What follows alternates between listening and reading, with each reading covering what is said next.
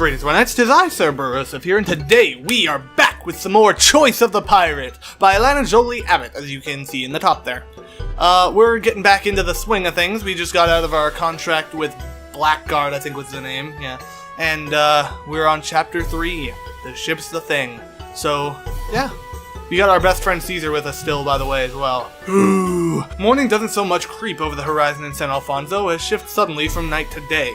You've been to ports mostly in the north where the dawn hours are leisurely, the sounds and smell of early rising bakers filling the half-light. But in San Alfonso, other than the distant shrieking of howler monkeys and a cacophony of birds, there's little preparation between the sleeping hours and the arrival of day. You roll over in your bed in a small room at the Lobo Negro, alone, taking a moment to recall where you are. You have a vague recollection of exhaustion and grog, and before that, digging up treasure and dealing with Blackguard. You and Caesar splurged on a private room, unwilling to stay in the commons with so much cash. So when the doorknob starts to turn, the first thing you reach for is your pistol. But it's Caesar, wearing a grin as huge as he is. "Good morning, Captain," he says cheerfully. I groan, roll over, and pull the pillow over my head. I ask why he's up so early, or I swing out of bed. Time's a-wasting and I have a ship to buy! That one. Dude, gotta be energetic about getting your pirate going. "It's a big day today," you say in the same cheerful tone. "It is indeed, Captain," he says. "I have news for you." "Well then report, First Mate Lord," you say in what you hope is a captainy tone of voice. Caesar laughs, so you suspect you didn't quite manage it. You'll grow into it. "I headed off before first light down to the docks to see if anyone was up and looking for work." He waits for your nod before he continues. "There are plenty, a few of them still drunk from their hours at the tavern, but more early risers with the look of hard workers. And Tina Cambiant was there also. If you approve of him, you got a crew." You have a crew. It almost makes you a real captain, and despite yourself, you can't hide your excitement. "Let's find ourselves a ship," you say. The docks of San Alfonso are a busy place, with both legitimate and larcenous captains moving their cargo in and out, while Mateo Rodriguez, the respected shipwright, might be the best person— Wait. I had bad time that one. While Mateo Rodriguez, the respected shipwright, might be the best person to consult about getting a new ship, you heard in your conversations at the Lobo Negro that his workshop is booked until next spring. The captain with enough coin could probably persuade him to fit in an extra order, but you've neither the clout nor the wealth to be that captain. Not yet, anyway. So your best option is to take a stroll down to the Harbor Master's office, as Capitan de Puerto, Carolina de Playa, knows exactly who— Wait. As Capitan de Puerto, Carolina de la Playa knows exactly who in San Alfonso is willing to sell their ship, and she'll broker it for a price. Get some breakfast from a bakery and learn something to gossip, take a walk down the docks and try to identify likely ships, or go to the Harbor Master's office. Harbor. Carolina de la Playa is a stern woman nearing 60. You've heard stories that in her youth she was a fierce duelist, and the scar that runs from the corner of her eye to her left shoulder attests that she's seen plenty of action. That's a long scar. That's like a foot of scar. Yeah, that's about a foot. Ugh, jeez, that's a deadly scar. Despite her graying hair, you see hints of the dark tresses that once earned her the moniker, the Sea Raven. And you suspect she's not any more lenient as a Capitan de Puerto than she was as a pirate. She stands up from her desk as you and Caesar enter, and she gives you an appraising look. "I wondered when you'd be in, Zaru," she says without preamble. "Word in San Alfonso is that you're looking for a ship. Congratulations on your promotion to captain." You search her face for any hint of sarcasm or judgment, but her expression is carefully blank. It would be wise to never play cards with this woman. "Thank you, ma'am. Word is right. What do you have for me?" "I've got a crew. Need some place to put them." Word is right. What do you have for me?" De La Playa quirks an eyebrow at you, seemingly amused by your presence. You bet she treats all the new captains this way. "It's good news for you," she says, after a moment's consideration. "I have 3 ships I want out of my docks and back to sea. You may have heard that the schooner La Bella Leonina is up for sale. I'm brokering that for Captain Cullen. Taking an offer starting at 400 doubloons, Captain. Cudgel's retiring, and I'm broking the sale of his brig, the Twilight Maiden, starting at 250. You wait, but when she says nothing, you prompt her. "And the third?" "The Sea Queen," she says. "She's an old galleon, perfectly seaworthy. Large hold and plenty of cannons." You can hear the "but" before she says it. "But the problem is that she's haunted." De La Playa says in the same straight tone through the hitch at the beginning though the hitch at the beginning reveals just a bit of fear. "Truth to tell, if you can get her out of me harbor, she's yours." "Which ship would you like to look at?" "Free ship, dude! Ghosts are not the Sea Queens for me." "Yeah." The galleon, with its crowned mermaid figurehead, is an imposing old lady moored yards out from the docks. She's dark, and though it looks like there have been attempts to keep her in good care while she's been in the harbor, you see line that needs to be replaced, sails that need mending, spots on the hull that need pitch, Given how much you'll save on getting the ship for free, though, you think it'll be worth the expense in repairs. And there's nothing like sailing a haunted ship to improve your fame. I'll take her. I'd like to see how she handles before I commit. Always wise. I want to see the other ships before I decide, or I'm ready to make an offer. See how she handles. The Capitan de Puerto looks at you as though reassessing your merit. That's a wise decision. She puts her hands on her hips and takes a look at the haunted galleon. You'll take her for a trial run, De La Playa says. Skeleton crew. Not literally, Caesar says, sounding more nervous than you'd have expected of him. The Capitan de Puerto's lips twitched into something resembling a smile. Not literally, I hope. Caesar has the good grace to turn away from her to hide his gulp of apprehension. De La Playa gestures to the ship. Take her out, Captain Zaru. I wish you luck. Be back in time for the auction if you want a chance at those other ships. Oh, this is gonna be fun, ain't it? The Sea Queen is a beautiful old galleon, or would have been in her heyday. Everywhere you look, things appear to be in disrepair, but upon closer inspection, it's an illusion.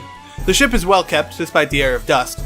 She's moored far enough away from the docks to keep other sailors from being too put off by her presence.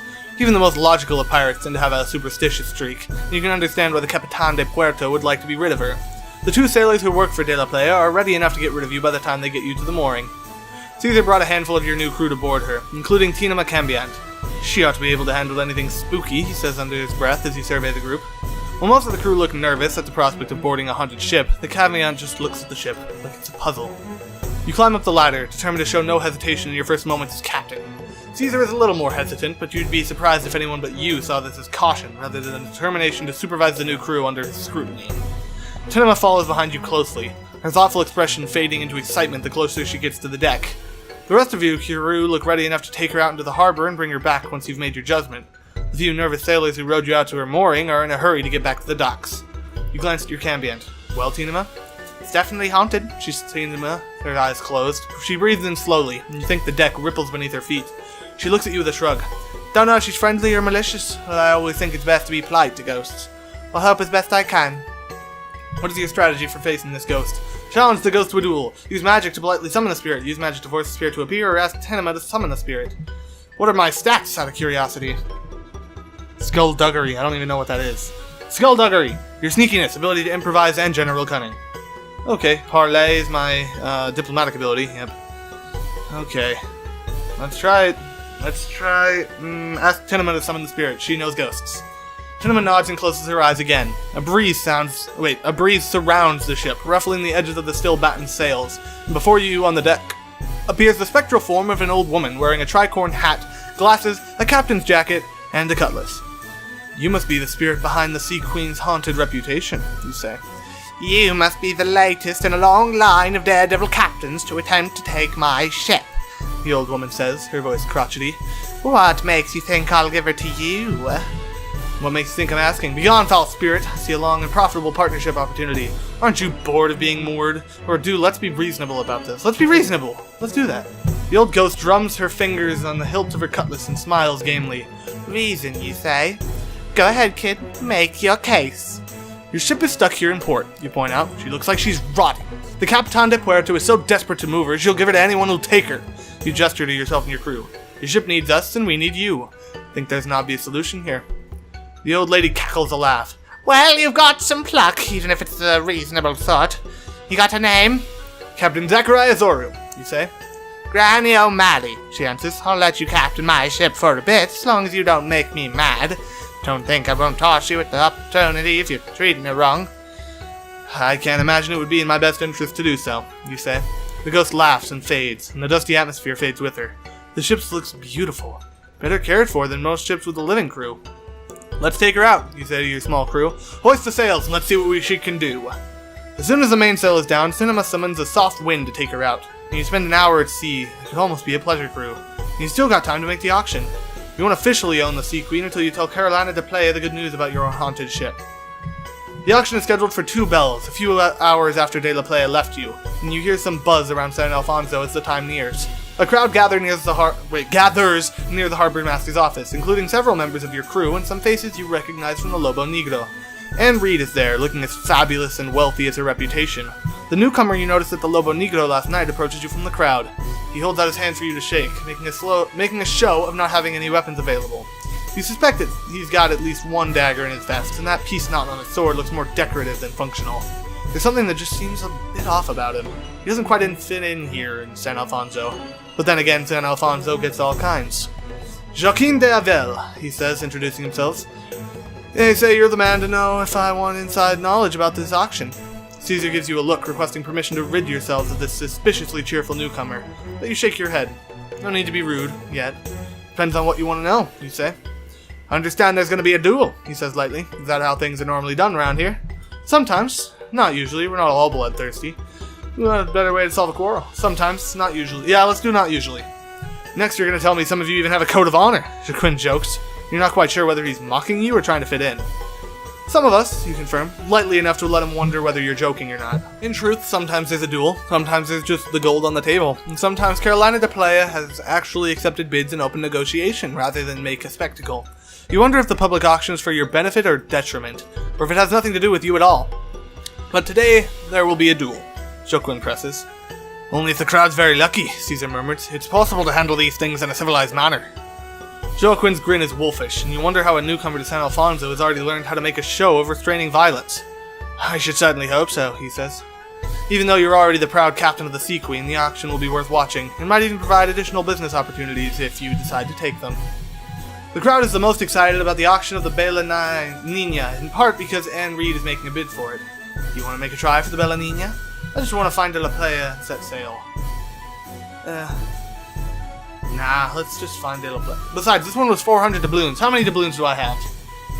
I've got 344 doubloons. Ooh, not good. That's not a good amount. Yeah, the next one's 250. Ooh. Yeah. I just want to find De La Playa and set sail. You're not interested in the auction, but you do have to tell the harbor master that you solved her ghost ship problem. You make your way through the crowd to find her and wait until an opportunity in the middle of the negotiations. Anne Reed and a surly pirate you've seen at the Lobo Negro look likely to have a duel. To interrupt. I'm captaining the Sea Queen, you tell her. She raises an eyebrow, stretching the scar on her face. Well done then, Captain Zoru. I wish you the best of luck. You have a feeling it's implied you're gonna need it. Probably. It takes some time to arrange things and for the crew to wrap up their affairs, so if you at least one more night in San Alfonso before you ship out. There's time to socialize, or if you prefer, romance while you're still in port. Then again, there's always work to be done. And you're just about to embark on your illustrious and ignoble career. How will you spend the evening? With Caesar, with Tenema, Anne Reed, Joaquin de Avel, with a comely and willingly partner, or with your vessel, making sure everything is shipshape. Ooh, I think it's between Caesar and Tenema. I could do the vessel, but I want to up my relationships, dude. Look at this. I got friggin' relationships at the Wuzhou. I could up my Tenema relationship. She's gonna be a good ally, I believe. For friendship or romance? Who said bunking up had anything to do with romance?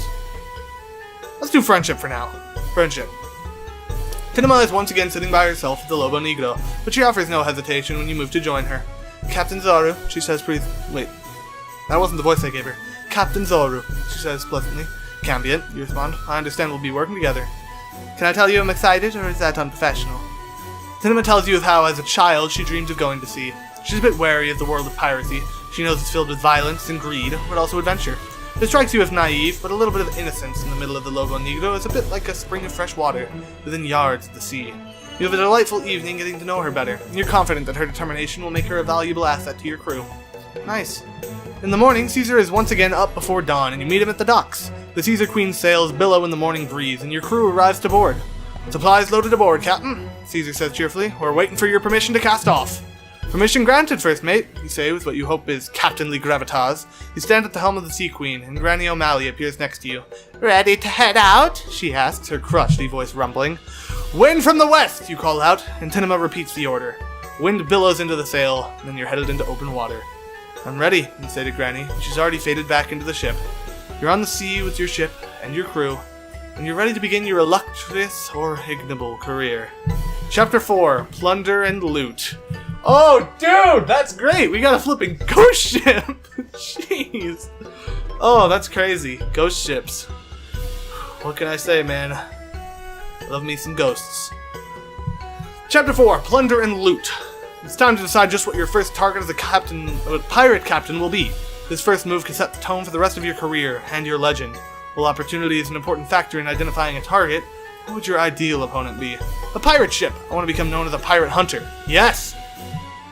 There have been other famous pirate hunters, Captain Francisco Dragon, who had a reputation for setting afire the ships of pirates who wouldn't surrender, often with their crew still on them. Captain Etienne the Fox, whose sloop was responsible for sinking over 50 pirate vessels, despite its small size, and Captain de Contreras, whose autobiography, which you think may be half fictionalized, is always checked out from the Biblioteca de Alejandro and San Alfonso. You're sure your name could be listed among theirs one day. Do you expect to collect the Crown's bounty? I suspect the Crown is using the bounty program to further trap and execute pirates. Absolutely, I want that letter of marque. That's where the money's at, so that's where I'll go. Water. So I just googled it. A letter of marque is something that allows you to hunt other ships for the Crown, essentially. It gives you the license to be a bounty hunter. Why is AVG up here? Get out. Absolutely, I want that letter of marque. Your ultimate goal is to escape the life of piracy and become a respected member of society again. A pardon and the authority of the Crown would go a long way toward making that happen. It's a fine day at sea, clear skies, good visibility, and wind at around 16 knots. And you see her, the perfect target. She's a stately-looking galleon, flying a variation of the Jolly Roger, a red flag with a skull and crossed feathers beneath. You think that's the flag of the Morgana Hawk, a notorious scoundrel highly wanted by the Crown. If you recall correctly, Captain Hawk has a substantial price on her head. Better yet, she's not sailing very quickly. Looks like she recently took some damage. How do you plan to take her? Disable her with our cannons, then take the ship after she's damaged. Rely on superior sailing to board her without causing too much damage, or run up a flag for parley, then attack when we get close enough. Ooh, that would be dishonorable, dude! I'm not gonna be dishonorable. I'm gonna rely on superior sailing to board her without causing too much damage, I think. Because my sailing is the highest skill I've got. Let's do it. Just rely on superior sailing. Boom! Getting your ship into the ideal position while keeping their cannons at a disadvantage will take some tactical sailing, giving your crew a challenge. The fight may be harder once you get aboard as well, but you'll be able to take the ship and make it part of your fleet, and maybe convert some of your opponent's crew to your cause as well. You relay your orders to Caesar, and your crew begins a whirlwind of activity, adjusting the sheets and taking the ship into attack that will put you behind your opponent, out of range for broadside. As you approach, Caesar looks out at your foe through their spyglass. That's odd, he says quietly. What? You ask, and he hands you the spyglass. The captain doesn't look very much like Morgana Hawk. Why would the ship be flying her flag? You focus in on the captain, and Caesar's right. While the captain might be a woman, her hat is noticeably missing the fan of hawk feathers that Captain Hawk always wear. And isn't Hawk's hair black? This pirate's a sandy blonde. You're right, you say, handing back the spyglass. That's not Hawk. Wonder what they're playing at. Caesar shrugs, tempting one of Hawk's enemies, maybe. He takes one more glance at the ship. Continue to pursue? Oh, you'll continue to pursue, alright. This is your first target, your first chance to make a name for yourself. Besides, now you're curious what the ship is hiding. But now that you know you have better information, do you want to adjust your tactics? Ooh! Oh, I can't talk. Oh boy. Nah, we're gonna stick with the plan. We got a good plan here. We just gotta keep going, dude. I want that ship. Even without Tinema's help guiding the winds, your foe is directly downwind of you. As you get closer, you're able to overbear, stealing the wind from the galleon's sails as your own sails stay full. That is, until the galleon's cambiant becomes the wind. Suddenly everything around you is still, while the galleon still has full wind. Tinema scoffs. Amateur, she mutters, likely in a voice she intended for no one to hear. That's why I only hire professionals, you respond quietly, and Tinema blushes. Orders, she asks. Have Tinema break the becalming. We can still catch the galleon on sailing skill alone. Becalm them. We'll rely on strength and patience to kedge the ship over. Becalm them and have Tinema create a fog. We'll board in surprise from our rowboats. Tinema makes becalming the other ship... Wait. Tinema makes becalming the other ship look like a walk on the beach, so you're not worried when you ask her to add the fog. Facile, she says, and without breaking a sweat, she changes her stance and begins drawing water up from the sea into the air. The area between your two ships is larger than most cambions would be able to cover, but Tinema has no trouble. She's great! The dinghies, you tell Caesar, and you're acting captain while I'm gone. Aye aye, Caesar says, and you can hear the pleasure in his voice at the amount of trust you're bestowing on him. Come on, Caesar, you're my best friend. What would I do without you? You and your crew row over in 3 dinghies, parting the waters quietly in Tinema's fog. You have no trouble reaching the galleon, and she's riding low enough on the water that boarding her, even from below, will be no trouble. Your crew swarms the deck, crashing into the enemy like waves on rocks. Despite the smoke, cutlasses flash and fists pound into flesh like the beat of island drums. The battle itself takes less time than you'd have expected. The galleon's crew was certainly not prepared to face a ship and crew of the strength and skill you've displayed. And while few stay loyal to their captain, falling under the blades of your sailors, most are quick to surrender, perhaps hoping to rely on your mercy. To finalize your victory, you stand on the galleon's deck, towering over the bound and wounded captain, who has been forced to her knees. Caesar, who has seen her in San Alfonso, reports that her nickname is Doble, because she brags about her ability with disguises. To tell you the truth, she says quietly, I'm disappointed she wasn't better at it. Oh, jeez. I started doing the female voice because I thought it said she. To tell you the truth, I'm disappointed she wasn't better at it. Stories about her make her sound more accomplished. Your crew have already begun the work of gathering the booty from the galleon's hold and transferring it over to your ship. There's a prisoner in the brig, one of them tells you. What should we do with him? I ask the captain who he is, I go question the prisoner myself. If he's in the brig, there's probably good reason. I'll leave him there to rot. Ask the captain who he is. Who? Put your sword to her throat. Who's in your brig? Promise me my freedom and I'll answer. She says, rather more calmly than anyone with a sword to their throat should. I don't know. I won't promise I'll question the prisoner myself.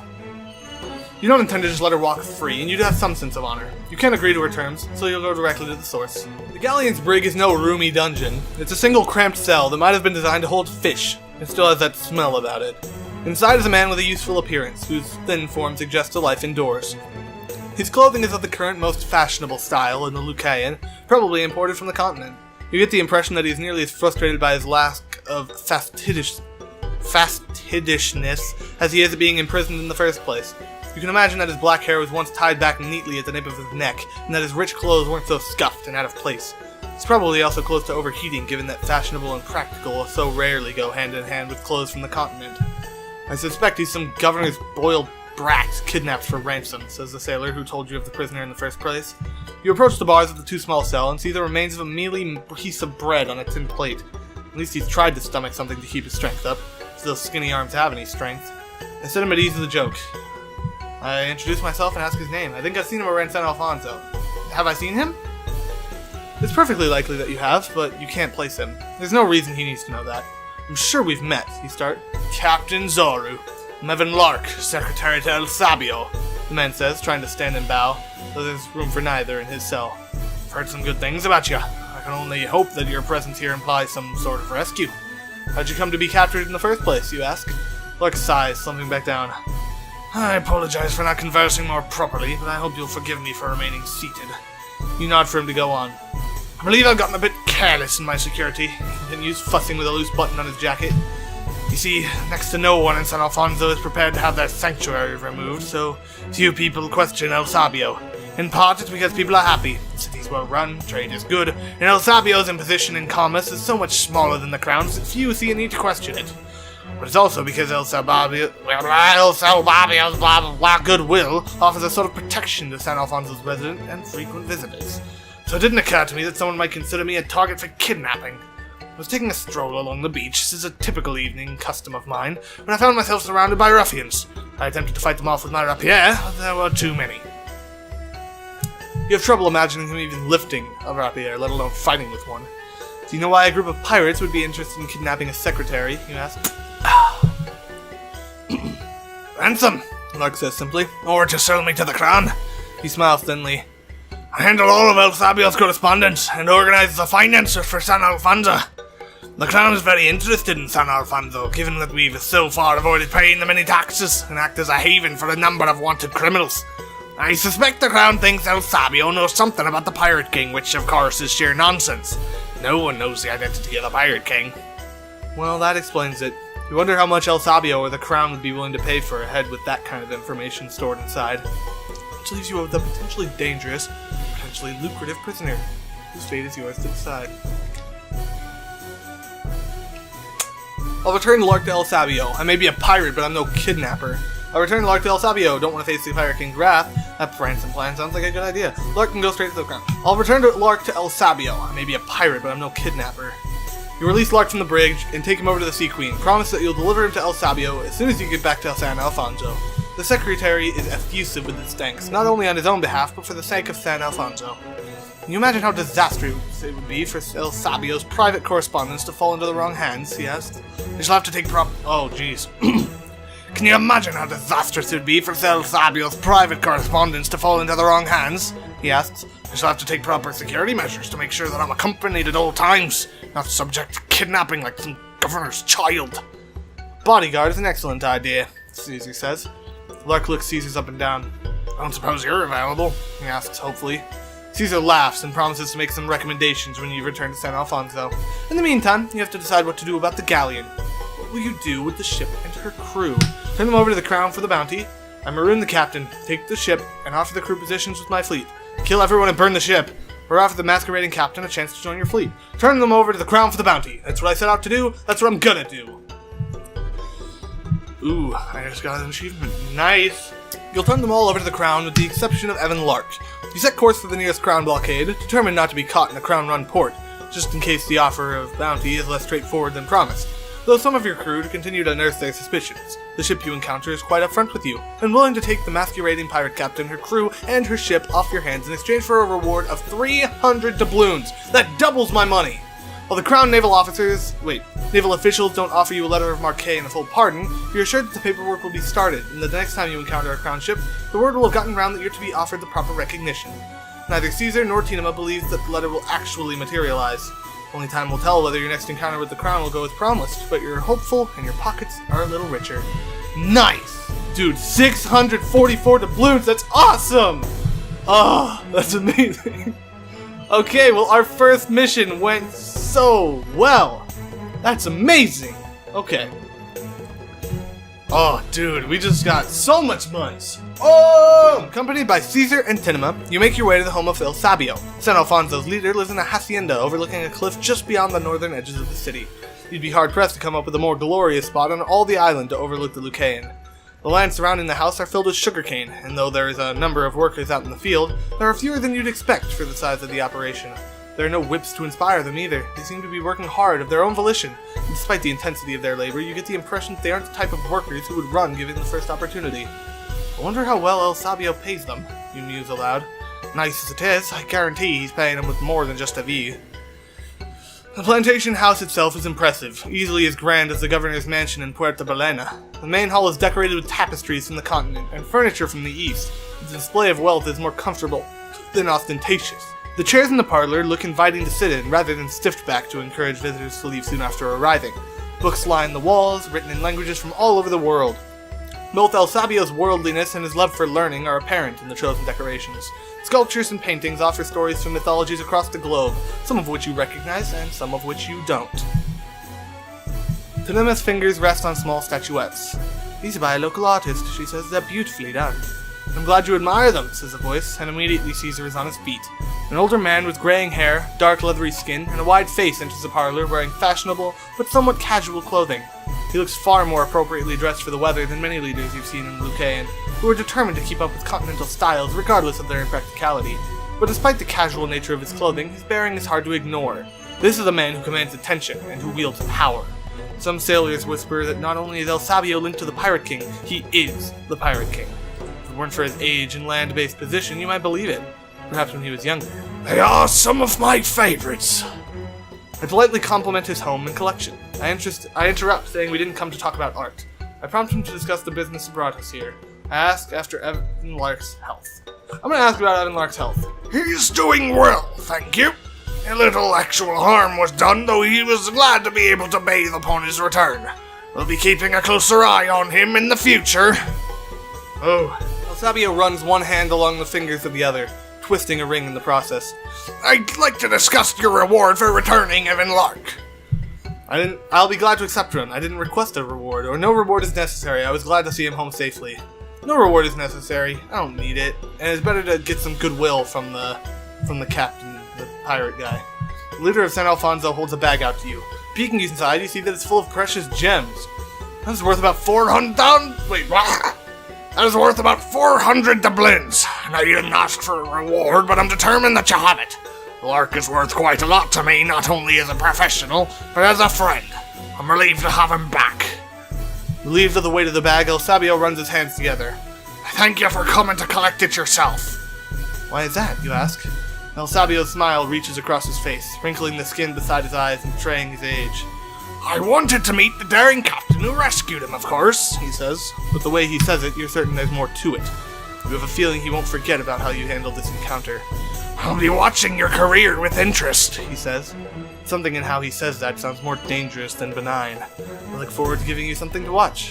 Thank you, sir. Or you're free to choose your entertainment. I look forward to giving you something to watch. El Sabio nods, his face wearing a cheerful expression that looks like it's hiding a number of insights he's unwilling to share. This effect is eerie, and you're glad when the conversation is over and you can return to your ship. Chapter 5, The Ghost Ship. Okay. How long have we been going on for? About 34 minutes. Yeah, I guess that's good enough for this episode. Let's see how we did so far. The name, Zechariah Zoru. Moniker, none. And flagship, the Sea Queen. Yes. Flag, I don't have one yet. Darn it, no signature clothing either. It's sad sometimes. Your skills. I have 38% fame, 41% swords and pistols, 58% cambiar, 55% skullduggery, 46% parlay, and 60% sailing. I'm gonna be a sailing, sneaky mage. That's what I'm gonna be. Ruthless? Not at all. Haha! 86% honorable. Not greedy either. I have some 75% goodwill. And I'm more privateer than pirate. I'm a bounty hunter, what can I say? I'm not evil. I don't exactly want to be a privateer, but, you know, I guess privateer is kind of like a lawful pirate. I guess it's not that bad. It's pretty cool, actually. Your relationships. I'm great friends with Caesar Lord. Don't know that person that well. Don't know Anne that well. Cinema Cambiant, her relationship's rising. El Sabio, I like you. You're pretty cool. The Crown, 10%. My crew is 50%. Nice. And the Landlubber's Guide, yeah. Man, I've got 1,244 doubloons. I have freaking tripled my earnings! Woo woo! That's awesome. Okay, well thank you guys so much for watching. This has been great. I am loving this series so far. That's enough for tonight though. I need to give my throat some time to rest after doing all those pirate voices. I gotta choke like a pirate if I'm gonna be a pirate. Yeah, I've recorded a lot today, so hopefully you'll forgive me for having a slightly sore throat and not doing the best voices. But yeah, I'm gonna go edit now and be up until 1 a.m. So, thank you guys for watching this video. If you enjoyed it and you want to see more of it, go ahead and like the video and comment down below. Tell me that you want to see more, because if you let me know, I will get it to you faster. That's just how the world works. But yeah, I don't have anything else to say, so hope you guys enjoyed, and until the next time we meet, farewell.